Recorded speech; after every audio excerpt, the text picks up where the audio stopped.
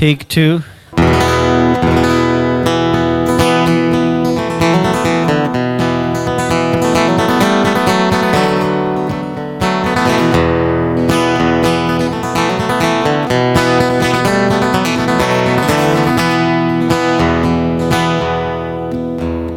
boy went to visit his father out of town, where he had moved to an upscale neighborhood.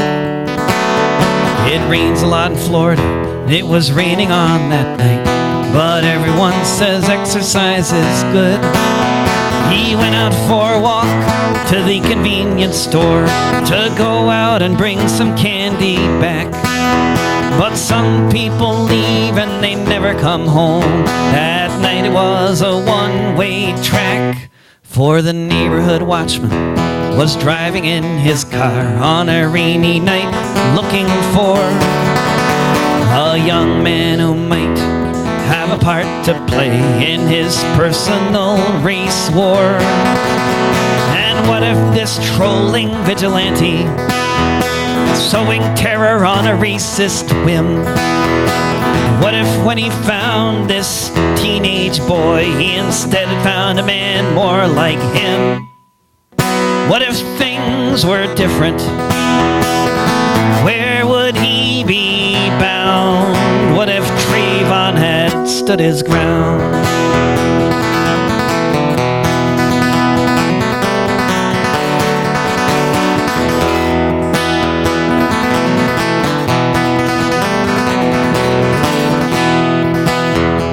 Zimmerman approached in an unmarked vehicle when the high school student ran. What if instead he'd stood there in the rain with his Skittles in his Arizona can? What if trying to avoid a conflict with this cracker who was evidently messed up in the head, Trayvon had said, "I feel like my life's in danger," and he had shot this vigilante dead? What if things were different? Where would he be bound? What if Trayvon had stood his ground?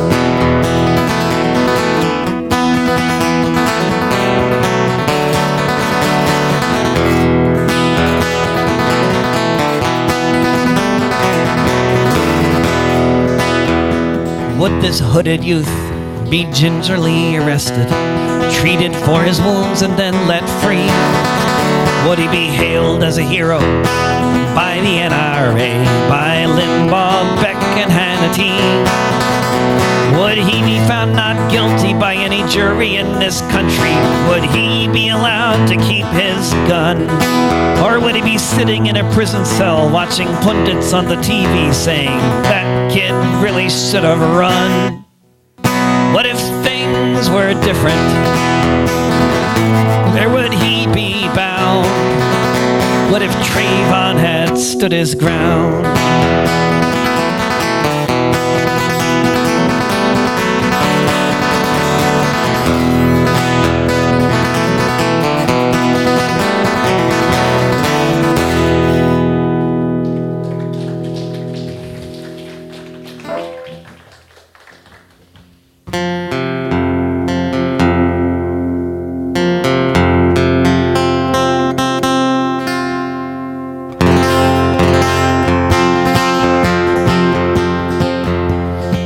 Right around the time of the WTO protests, I was often the oldest person in the room at my shows, and I thought something has to be done to alienate these youth, and I wrote this song. I don't drive a car because they run on gas, but if I did, it'd run on biomass. I ride a bike, or sometimes a skateboard, so fuck off all you drivers and your yuppie hordes sitting all day in the traffic queues. I'm a better anarchist than you. I don't eat meat, I just live on moldy chives or the donuts that I found in last week's dumpster dives. Look at you people in that restaurant, I think you are so sad when you could have been eating bagels like the ones that I just had. I think it is a shame all the bourgeois things you do. I'm a better anarchist than you. I don't wear leather and I like my clothes in black, and I made a really really cool hammock from a moldy coffee sack. I like to hop on freight trains. I think that is so cool. It's so much funner doing this than being stuck in school. I can't believe you're wearing those brand new shiny shoes. I'm a better anarchist than you. I don't have sex, and there will be no sequel because heterosexual relationships are inherently unequal. I'll just keep on moshing to Anti-Flag and Crass until there are no differences in gender, race, or class. All you brainwashed breeders, you just haven't got a clue. I'm a better anarchist than you. I don't believe in leaders, I think consensus is the key. I don't believe in stupid notions like representative democracy. Whether or not it works, I know it is the case that only direct action can save the human race. So when I see you in your voting booth, then I know it's true. I'm a better anarchist than you. I am not a pacifist, I like throwing bricks, and when the cops have caught me and I've taken a few licks, I always feel lucky if I get a bloody nose, because I feel so militant and everybody knows. By the time the riot is all through, I'm a better anarchist than you. I'm a better anarchist than you.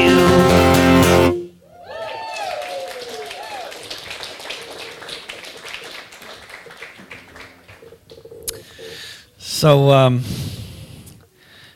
whenever I last time that I played in Halifax, Nova Scotia, I was escorted to the graveyard where General Robert Ross is buried, and it's an important site there in Halifax. And then I was visiting Tommy Sands, a wonderful songwriter from County Down in Ireland, and well known for being a big proponent of reconciliation and writing lots of songs on that subject. And in that vein, people in the town council in Rostrevor, where he lives, had asked him if he would write a song about General Robert Ross, because he was from Rostrevor, and Rostrevor, in fact, was named after the Ross family because they were rich, and they were given land there by the British, who didn't own the land, to give it to them. But it's a favorite thing of British Empire to do, and. So there's this phallic monument to General Robert Ross there in the town, and Tommy gave it quite a bit of thought, thinking about how he might possibly write a song about General Robert Ross, and he just couldn't really get his head around how to approach that particular subject, but knowing personally about the most well-known single accomplishment of General Robert Ross, I thought, despite the fact that this is a, wealthy loyalist, I think I just got to write a song about him. And Robert Ross was from Rostrevor. He was born in County Down. His family was given land there by the British Crown. He was a man born of the gentry, born with wealth and fame, but he joined the British Army to serve his queen and make his name. In the Napoleonic Wars, he fought in many lands, in Holland and in Spain, in the far-off Egyptian sands. He was wounded there in battle, came back to fight another day, and he was sent off to attack the USA. York had been sacked and burned by invading Yankee men, but the Canadians regrouped, chased the Yankees home, and then the British Navy made its way to the shores of D.C. town, where General Ross burned the White House down. The year was 1814, the U.S. was in retreat. It was a Canadian victory, an American defeat. Without the French to help them, they got their ass whipped by the Crown when General Ross burned the White House down. The place had just been constructed only 12 years before, but it had to be rebuilt soon after this disastrous war. The president turned tail and ran like a raggedy clown when General Ross burned the White House down. He was killed a few months later. Irish rebels stopped him in his tracks. He was buried in Nova Scotia in the town of Halifax. He might have been forgotten, but he'll forever be renowned. He's the man who burned the White House down. He's the man who burned the White House down.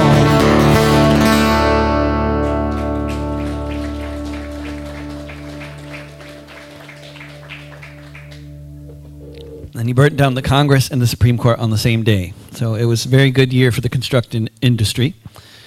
And he ate the president's breakfast before burning down the White House, which I think is a mark of style. Janet. It was 1814, and the president was James Madison. Yeah.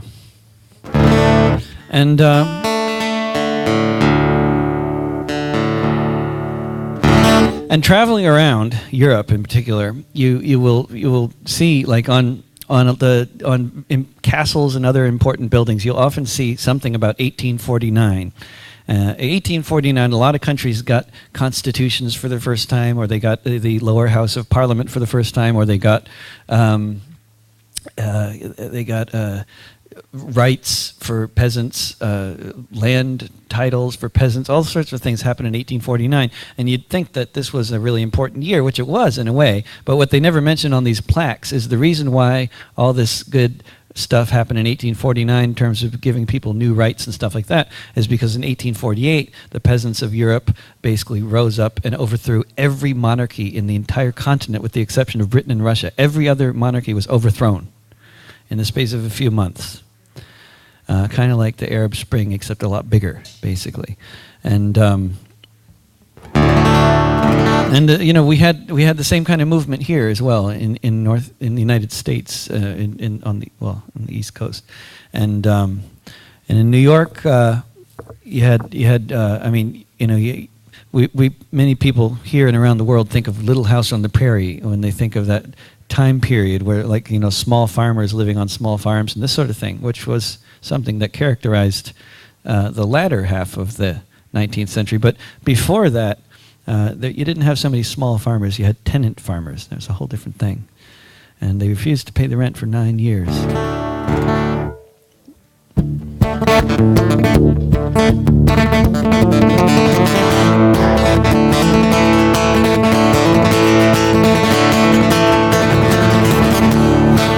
The patroons came from Holland to America, became landlords where none had been before. Soon one man owned 500,000 acres on both sides of the Hudson River shore. He invited families to move in and give him 30% of everything they grew every year. This is how they pay the rent. His name was Rensselaer. He became one of the richest men on earth. In today's terms, $90 billion is how much he'd be worth. All this for doing nothing but saying all of this was his. I have the power of the state behind me, and I'm in the landlord biz. After 200 years of this and one revolution won, another Rensselaer had another son. And this Rensselaer was greedier than his ancestors dead and past. It was the 1840s and things were changing fast. It was the straw that broke the back. The bottle was uncorked. They started organizing meetings, the tenant farmers of New York. They found the strength of numbers. They found the power of suggestion. They found each other asking the same question. Who gave you the right to be a landlord? To live a life of ease while others toil? Who gave you the right to be a rich man, while the rest of us pay you so we can work this soil? They vowed they would stop the rent collection. They vowed they'd bring this madness to an end. And when one blew the tin horn of distress, he soon found he had 1,000 friends. With calico skirts, masks upon their faces, on horseback, armed with knives and guns. They chanted and they yelled and they kept their farms, and they kept the sheriffs on the run. They asked, who gave you the right to be a landlord, to live a life of ease while others toil? Who gave you the right to be a rich man, while the rest of us pay you so we can work this soil?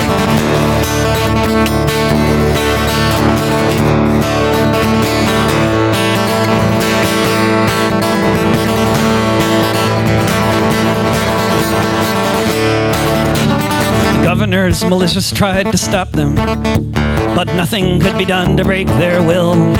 And by 1848 the landlords buckled, sold their holdings to the farmers in the hills. Yes, they overthrew this feudal system, but it's replaced now by speculators and banks. And you can still hear the homeless families asking of all the landed gentry in our ranks, who gave you the right to be a landlord, to live a life of ease while others toil? Who gave you the right to be a rich man, while the rest of us pay you so we can work this soil? Who gave you the right to be a landlord, to live a life of ease while others toil? Who gave you the right to be a rich man, while the rest of us pay you so we can work this soil? Who gave you the right?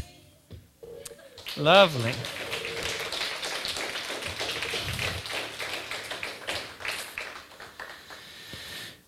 Well, I always tell people to memorize their lyrics and don't use iPads.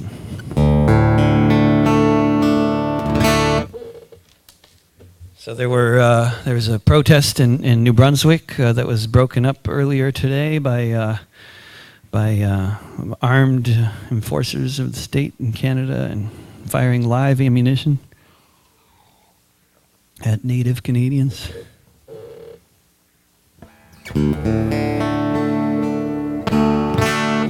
Because the oil boom must go on.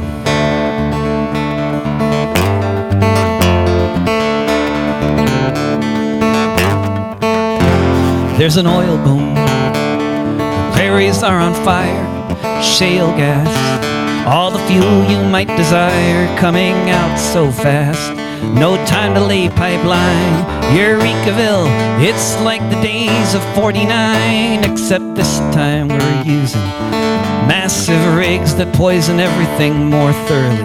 The deeper that it digs, trains a mile long, loaded up in rail cars, send them west, send them east, past cafes, schools, and late night bars. There's an oil train coming through your town.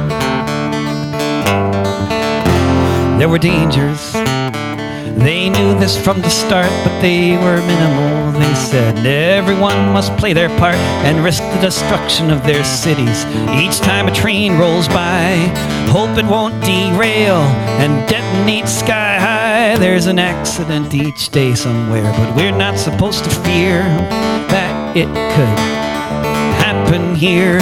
Listen closely, do you hear that whistle blow? Look out the window, do you see the fire glow? There's an oil train coming through your town.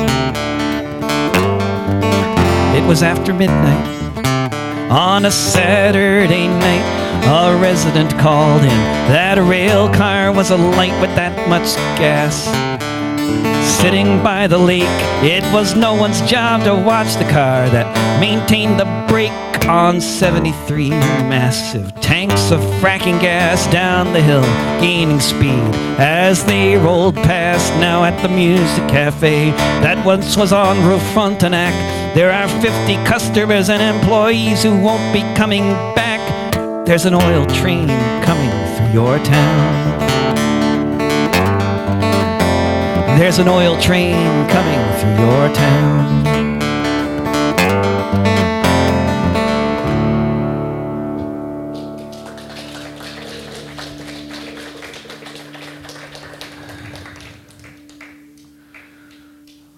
see here. So, a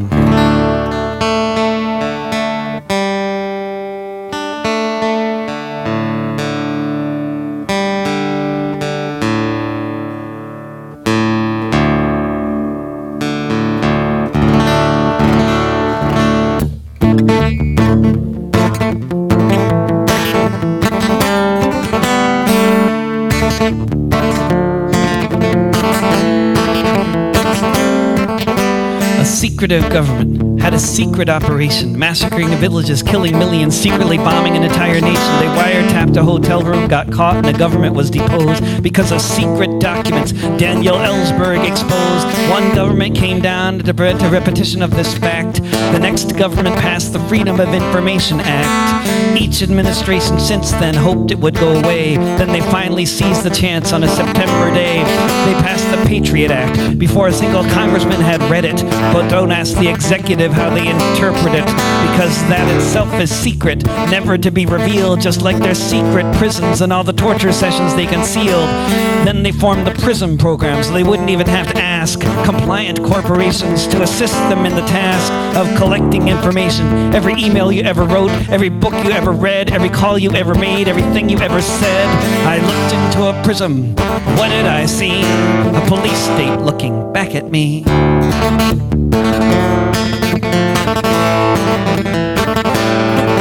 The secret government men lied to congressional committees. Secret information even a senator can't see. Secret bureaucrats working with secret corporations, enforcing secret laws, forming secret juries to serve a secret cause. I looked into a prism. What did I see? A police state looking back at me.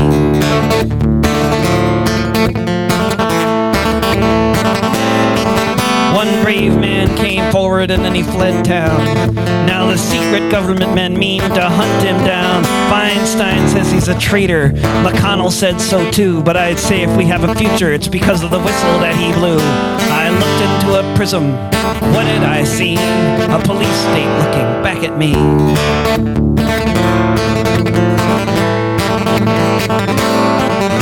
I looked into a prism. What did I see? A police state looking back at me.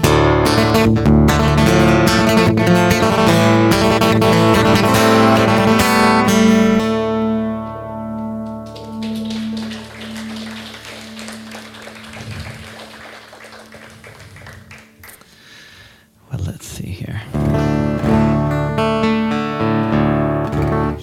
I'll do one about the most left-wing dog in Greece, who it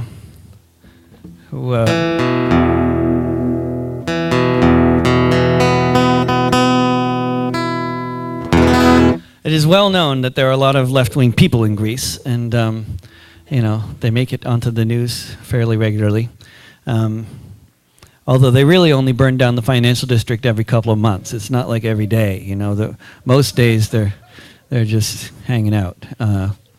You know, and what you'll find is that when you if you go to Athens, you'll find you know, basically most of the year, all night, every night, you got hundreds of people in every park in the entire city who are hanging out, and they're chatting and they're drinking in moderation and they're playing bazookies, and then occasionally they go burn down the banks. You know, but most nights they just do the, you know, the chatting and bazooki playing bit, and so, you know, you'll see them there, and you'll see dogs around as well, and there are thousands of stray dogs in Athens, and but what you don't really realize, like, fully until you see the police do something, you know, is that the dogs are clearly on the side of the demonstrators. They've very much taken sides in this whole conflict, and you know, the police they're guarding the parks all the time in their riot gear, waiting for something to happen. And of course, you know, most nights nothing much is happening, but they're cops, and so they have to make something happen because, you know, justify their existence or whatever, stay awake or whatever their rationale is. So they walk into the parks and they'll wade in, like, you know, get into, you know, the parks 20 feet or something and displace the people who are hanging out on the edges of the park. And what happens is they displace the people and they displace the dogs, and then the dogs line up and start barking and holding their ground and looking mean and growling and baring their teeth. And they seem to know better than to bite the cops. They never bite the cops, so they just line up and they growl and they bark and they act like guard dogs. And so the police will advance, and the dogs and the people will back up, and the dogs will bark. And then the police will start firing tear gas, and the people will get to the other side of the tear gas cloud, and the dogs will also get to the other side of the tear gas cloud, and the dogs will bark, and the people will, either shout or throw bottles, and then it sort of, escalates from there. But as this is all happening, and there's this tear gas cloud, and there's people and dogs on the other side of the tear gas cloud, and the cops on one side, right? But right in the middle of the tear gas cloud, inevitably, there's one dog who just barks and stands in the middle of the tear gas cloud, apparently, just completely disinterested in the fact that he's in this cloud of tear gas, and he just holds his ground and barks at the cops, right, like a few feet from the police. And so he's become famous because, like, the international media that goes to Athens to take pictures of mean-looking riot cops, they take these pictures, but then they're always kind of like messed up by this cute orange dog that's sort of barking. And so this dog's name is Lukanikos, and which means sausage.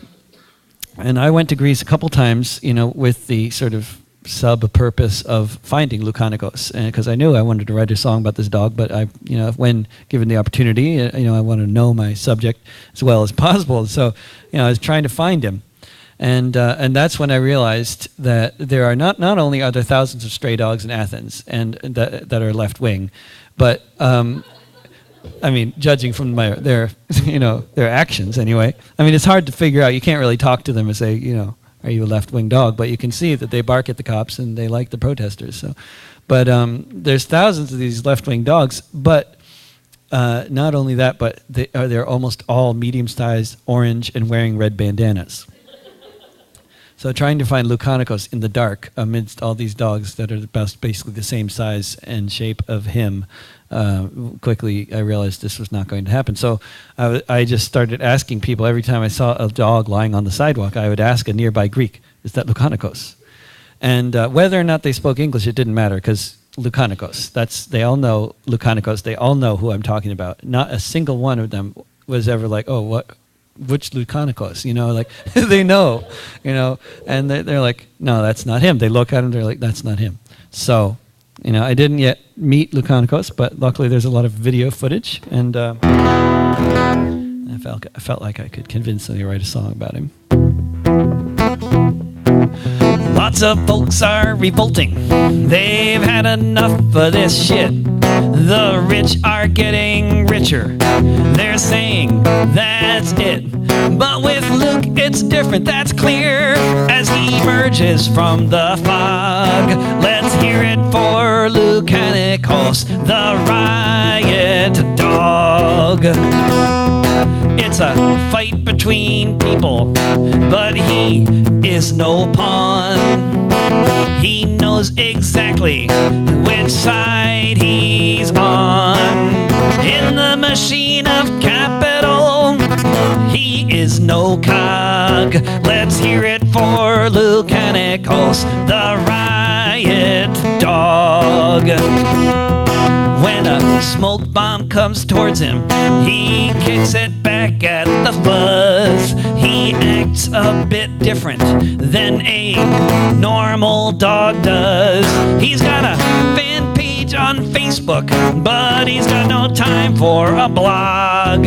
Let's hear it for Lukanikos, the Riot Dog. Let's hear it for Lukanikos, the Riot Dog.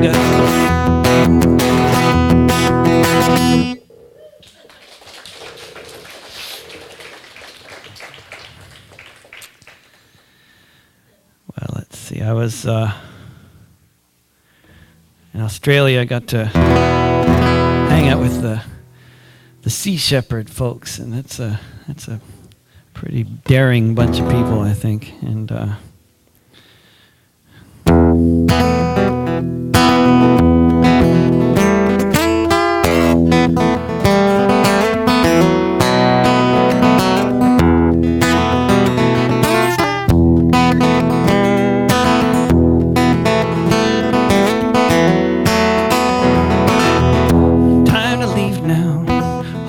to Antarctica, so close but so far from Australia, where watchful eyes are always peeled, 'cause you never know, there's a growler below. Watchful eyes peeled for predators and prey, where all you can do is whatever you can to keep the hunt at bay. The time is coming, and it's coming soon, when we'll stand between you and that harpoon.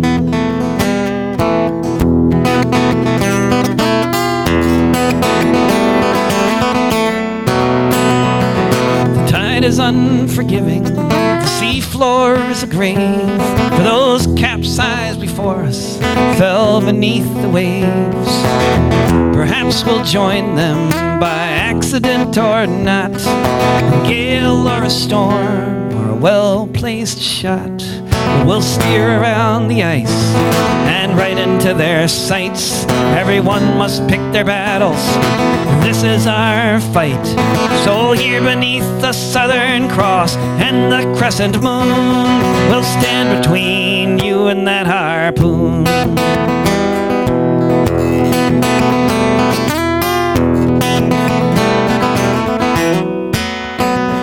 Between you and the harpoon, there's just a little space, but that's where we can see your face.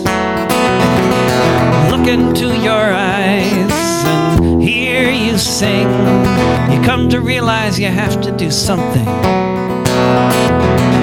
Sometimes all you can do is do your best and hope that someone else will do the rest. So once again we'll spend this afternoon standing between you and that harpoon.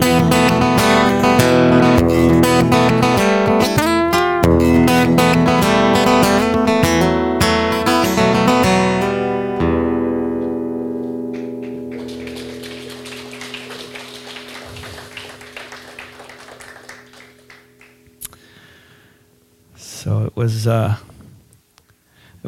quite the surreal experience to have a man who's most well known before he became a senator for criticizing the Vietnam War, and then he got on TV and he said, I'm not going to lie to you like 10 years ago, like the Bush administration, lied to you in order to take you to war in the Middle East. And that was a lie. So he started out by lying, and then he continued by lying. And everything he said in that speech was factually incorrect, otherwise known as a lie. And, and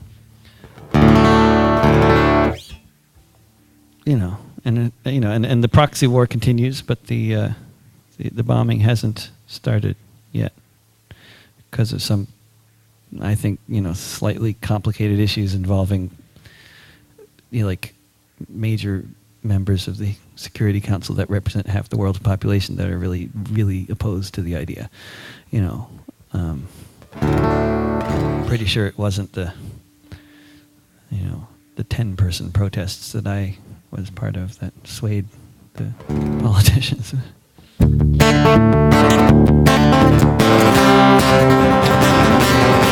There's an uncivil war in Syria, 100,000 dead, millions of refugees without a roof over their heads, proxy armies flowing into a country open wide. You got Al-Qaeda in America fighting side by side. You got Saudi monarchs and French socialists on one team. You got Russia and Iran backing the regime. You got the Arab League having another meaningless debate, saying let's just see what happens if we wait.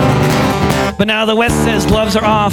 It's all become too real. Now Hollande and Obama are dictating the deal. Now red lines have been crossed. Now it's time to act. Now it's time to have a few million tons of impact. Now it's time to do the thing the West does best. Time to step in the hornet's nest. We don't know who did it, but there's been a war crime, so we'll bomb an Arab country one more time. What we know is this: there was a chemical attack, kind of like the ones that happened in Iraq.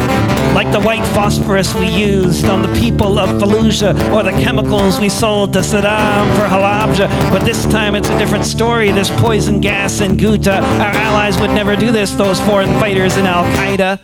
We don't know who did it, but there's been a war crime, so we'll bomb an Arab country one more time.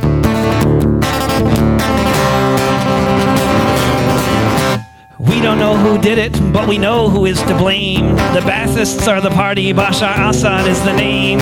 We don't know who did it, we can figure that out later. Meanwhile, we'll turn Damascus into a smart bomb creator. We'll fix them with cruise missiles, like in Baghdad and Mosul, where now they have peace, prosperity, and democratic rule. We don't know who did it, but there's been a war crime, so we'll bomb an Arab country one more time.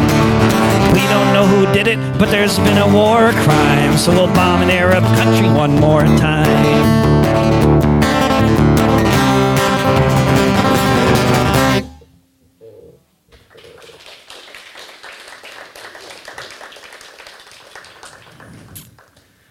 And you had that prospect, the image of our president speaking at the 50th anniversary of the March on Washington for Jobs and Equality, and he's speaking there, as the war games are beginning, and there was a German newspaper that a friend there in Germany sent me a cover, and it had a picture of Obama speaking at this rally in Washington, D.C., and underneath it said, "I have a missile." And I think "I have a drone" would work a little more like. The president speaking, 50 years to the day. If the great man were here now, what would he say? With all the people in prison, and all the kids in the street, with the Navy sending in the Fifth Fleet. The president speaking, and oh, how things change. Now it's Syria, not Vietnam, in the firing range. Every hour or so, I look at my phone to see if we've sent in the cruise missiles and drones. Has the bombing begun? Have we failed again to stop the war machine from killing more innocent children? The president speaking in the August sunshine.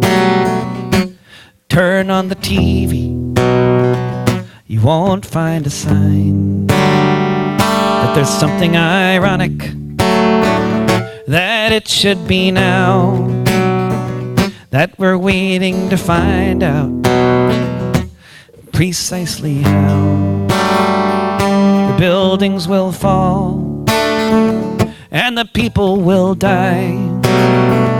The fathers will hold their lifeless children and cry. How could they do this? Did they accomplish their task? So at the top of each hour I ask, has the bombing begun? Have we failed again to stop the war machine from killing more innocent children? See the refugees streaming, even more than last week. Kids too traumatized even to speak, hoping to find somewhere, maybe a tent, wondering where their hopes and dreams all went. There's a demo this evening as the missiles rain down. I and some others will head into the center of town, bear witness again to unspeakable crime and ask the terrible question one more time. Has the bombing begun? Have we failed again to stop the war machine from killing more innocent children? Has the bombing begun?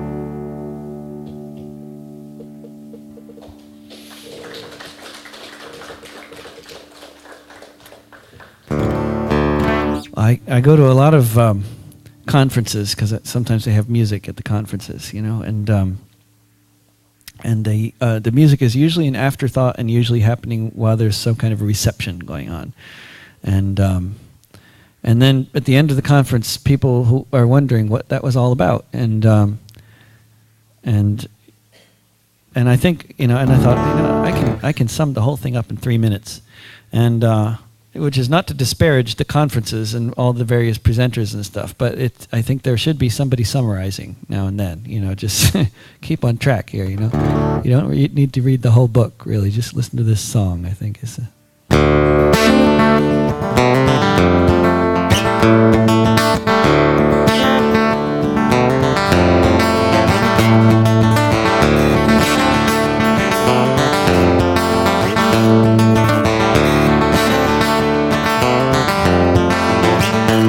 First, you have to have a problem. That part isn't hard. The second step is everybody realizing they're like you. They're holding the same card. Step 3 is finding there's a tactic when everyone believes it could be true. That if all the people work collectively, there just might be something we can do, and everything can change. So quick.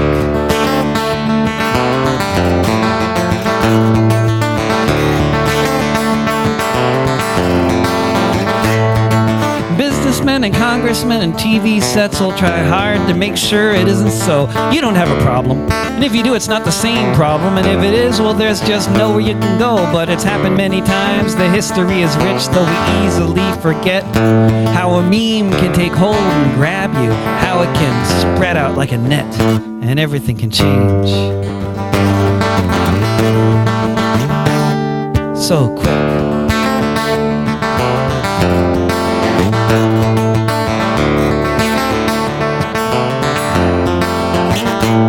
They'll say we are lost or we're dreaming, or they'll make a dream for us. They'll try to come up with a good story about why we belong at the back of the bus, about why we belong in this position, about how we don't know what we meant, about how there most certainly isn't any such thing as the 99%, but everything can change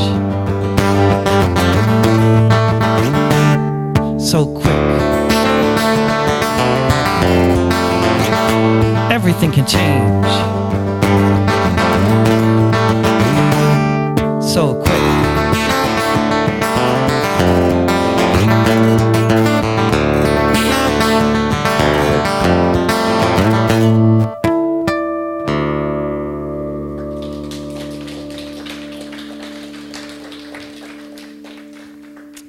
I'll do one more, and thanks so much for coming, and thanks so much to Linda Newton for putting this together and bringing me back. And there's a really, really cool conference happening in Seattle somewhere. I don't remember the address, but it's called the Northwest it's Teaching for the Northwest Teachers for Social Justice, right? Or Teaching Social Justice, something like that. Something about it's a whole bunch of teachers, a whole bunch of really cool radical teachers in one place, basically, is what it is. And I'll be singing there tomorrow at 12:45 p.m. And there's a whole bunch of workshops and speakers and stuff going on from like 8 in the morning till 4 in the afternoon, open to the public. At South, is that how you pronounce it? Something Chief South High School. Right, in West Seattle, that's where it is, yeah. And the link to the website is at my website, davidrovics.com. You can see the website, and they have a list of all the different workshops and everything.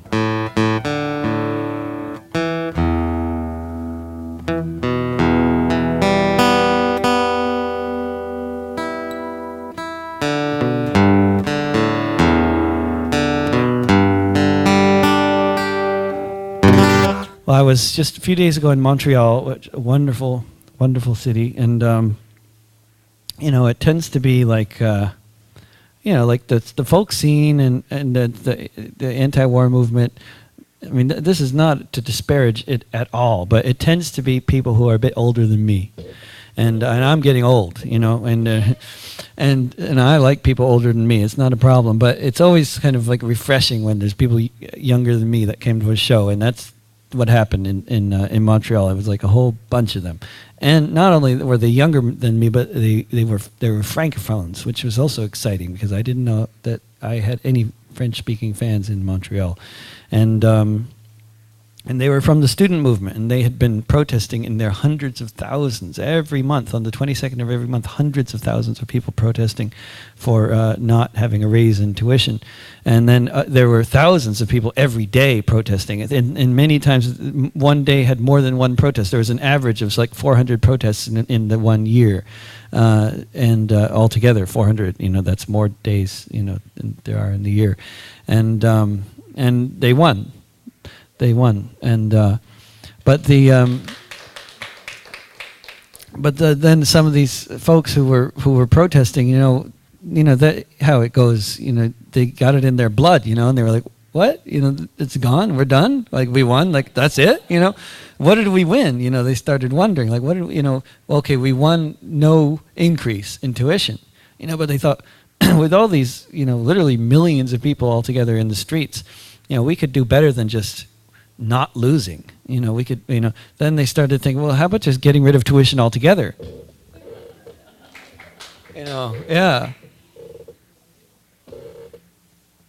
But that didn't take off. That didn't attract the hundreds of thousands. That just attracted the hundreds, So then when the protests got down to the hundreds, then the police started doing this thing, which they're still doing, like anytime there's a protest there.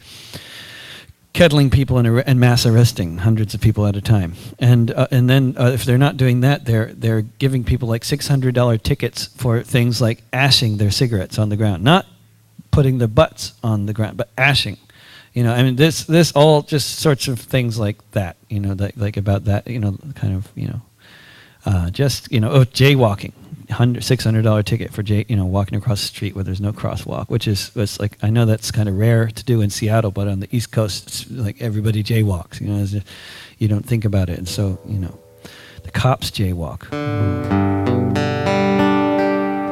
So I had this show, and after at the end of the show, this and I was kind of trying to figure out what all these young francophones were doing at my show anyway in the first place, but I didn't feel like I could just go up and ask them exactly, like straightforward, like I don't know, just a little too forward.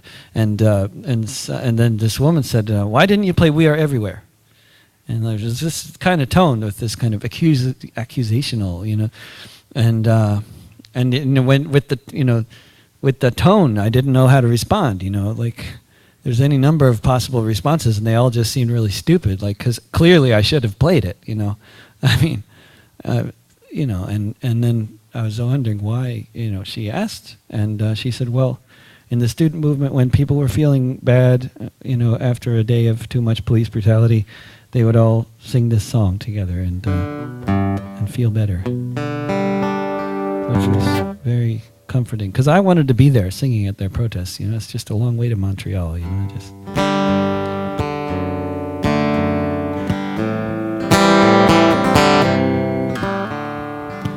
When I say the hungry should have food, I speak for many. When I say no one should have 7 homes, while some don't have any, well, I may find myself stranded in some strange place with naught but a vapid stare. I remember the world and I know we are everywhere.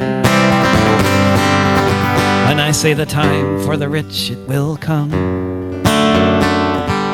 let me count the ways. Victories or hints of the future, Cairo, Tunis, Caracas, Buenos Aires. How many people are wanting and waiting and fighting for their share? They hide in their ivory towers, but we are everywhere. Religions and prisons and races, borders and nations, FBI agents and congressmen and corporate radio stations. They try to keep us apart, but we find each other, and the rulers are always aware that they are a tiny minority, while we are everywhere. With every bomb that they drop, every home they destroy, every land they invade, comes a new generation from under the rubble saying, we are not afraid. They will pretend we are few, but with each child that a billion mothers bear, comes the next demonstration that we are everywhere. We are everywhere. We are everywhere.